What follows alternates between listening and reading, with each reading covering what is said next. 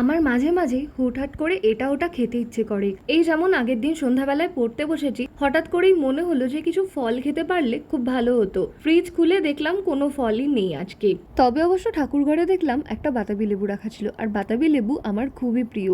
মাকে এটা আজ খাওয়া যাবে কিনা জিজ্ঞেস করতেই মা বলল ওটা নাকি আমার জন্যই দিয়েছিল একটা আন্টি। তো আমিও ঝটপট বাতাবি লেবুটাকে নিয়ে চলে আসলাম কাটার জন্য।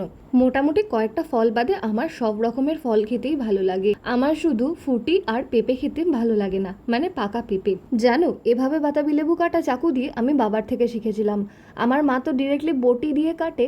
মা ভালো কাটতে পারে বটি দিয়ে, কিন্তু আমার বটি দিয়ে কাটতে গেলেই হাত কাটবেই, আর তার জন্য আমি চাকু দিয়েই সবসময় কিছু কাটার থাকলে কাটি। আমি বটি কখনো ইউজ করি না। প্রথমে বাতাবি লেবু চোকলাটাকে ওভাবে ছাড়িয়ে নিলাম, আর তারপরে ওর মধ্যে যে সাদা সাদা চামড়াগুলো থাকে সেগুলোকেও তুলে দিলাম। তবে বাতাবি লেবুটা কাটার পর বুঝতে পারলাম যে এটা আরো কিছুদিন গাছে থাকতো পাকার জন্য, এটা এখনো ঠিকঠাকভাবে পাকেনি। মা আর দাদা দুজনকেই জিজ্ঞাসা করলাম লেবু খাবে কিনা, তবে ওরা এখন কেউই খাবে না। তার জন্য আমি লেবুটাকে মাঝখান থেকে অর্ধেক করে নিলাম, যাতে টিফিন বক্সের মধ্যে রেখে দিতে পারি ফ্রিজে। নিজের জন্য কয়েক টুকরো লেবু রেখে বাকিগুলো টিফিন বক্সে ভরে ফ্রিজে রেখে দিলাম।